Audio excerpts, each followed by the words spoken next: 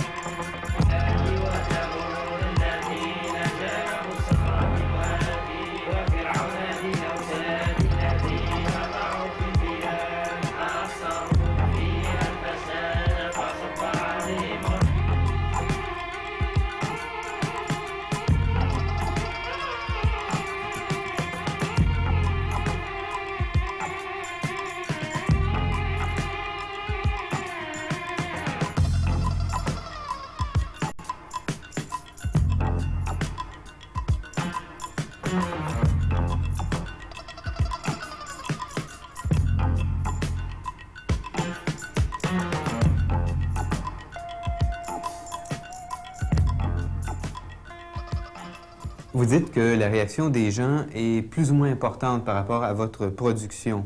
Et pourtant, le fait de rendre vos pièces publiques, bien, ça implique forcément une réaction. Alors, vous devez en tenir compte jusqu'à un certain point. Ben, j'en tiens compte dans la mesure où j'écoute les opinions des gens sur mon travail et ça a une certaine importance, ce qu'ils en pensent par rapport à... Ça me donne une idée de l'impact? De l'impact ou de la communication que j'ai avec eux. Ah oui. Dans ce sens-là, c'est important, mais que les gens soient rebutés ou soient attirés ou soient... c'est pas important. Je cherche pas un effet, je cherche pas à faire un effet. Précis. Oui, précis, non. Je cherche pas à rebuter les gens ou à répugner les gens. En autant qu'il y ait effet? Exactement. Il faut qu'il y ait un effet il faut que les gens se sentent concernés par ce que je fais. Ça fait qu'il faut qu'il y ait un effet. Qu'est-ce que c'est la réaction la plus courante par rapport à vos pièces? Il y a deux types de réactions en général. Il y a la répulsion totale ou l'attirance absolument totale aussi. C'est-à-dire que soit que les gens veulent absolument pas les voir parce que ça leur donne une impression c'est une répulsion, mais qui n'est pas nécessairement un dégoût. Ou alors, c'est vraiment un désir de toucher, Ils sont frustrés s'ils ne peuvent pas toucher. Est-ce que vous avez remarqué que le fait de toucher aux pièces, ça les apprivoise, les gens, par rapport à vos œuvres? Non, les gens qui sont répugnés par mes affaires, ils ne veulent pas y toucher, et puis ils regardent de loin, ils ne savent pas trop si c'est... Mais ça vous déçoit pas trop quand les gens vous disent carrément, moi, ces choses-là, bon, je trouve que c'est pas de l'art ou ça me répugne. Si les gens vous disent des commentaires aussi crus que ça, qu'est-ce que ça vous fait, vous? Ben, je suis surprise parce que je n'essaye pas de répugner les gens, mais c'est possible. Ça me donne un indice peut-être sur la portée de mon travail, le fait que ça les répugne. Mais ça me donne aussi un indice sur les gens eux-mêmes. Mais vous ne changerez jamais l'orientation de votre démarche en tenant compte des réactions des gens? Non. Non. Jamais. Côté marché, ce ne sont peut-être pas des pièces qu'on imagine facilement dans un salon. Je ne sais pas, c'est peut-être un préjugé qui me fait penser ça, mais est-ce que vous pouvez en vendre? Est-ce que les gens peuvent acheter ça comme objet de décoration? Bon, s'ils achètent ça comme objet de décoration, c'est un problème, mais je ne cherche pas à faire des objets de décoration d'abord. Mais quel marché visez-vous? Est-ce que vous en visez un? Est-ce que vous pensez? Je ne vise pas un marché, je vise à faire de la sculpture, ce genre de sculpture, et je vise à le vendre pour pouvoir en vivre peut-être un petit peu, là, pour avoir au moins un minimum de revenus en fonction de mon travail, puisque j'investis toute ma vie et que ça me coûte très cher. Oui. Mais je vise pas... je vise d'une certaine façon l'internationalisme, mais à condition que ça ne soit pas forcé, que ça soit une réaction naturelle du public ou des gens. Est-ce que vous pensez parfois à quoi peuvent ressembler les gens que vous touchez? Est-ce que vous essayez de cerner un peu votre public, les gens que vous voulez toucher? Je ne me suis vraiment pas beaucoup préoccupée de ça, mais j'ai l'impression que je touche tous les gens qui sont préoccupés du caractère, qui ont un esprit humanitaire ou qui cherchent des réponses à des questions importantes. Des gens qui ne prennent pas les choses telles quelles comme acquises, mais qui se posent des questions? Oui, oui. Je pense que quelqu'un qui se préoccupe beaucoup de son apparence extérieure ou de l'image qu'il a ne peut pas nécessairement se préoccuper de mon travail.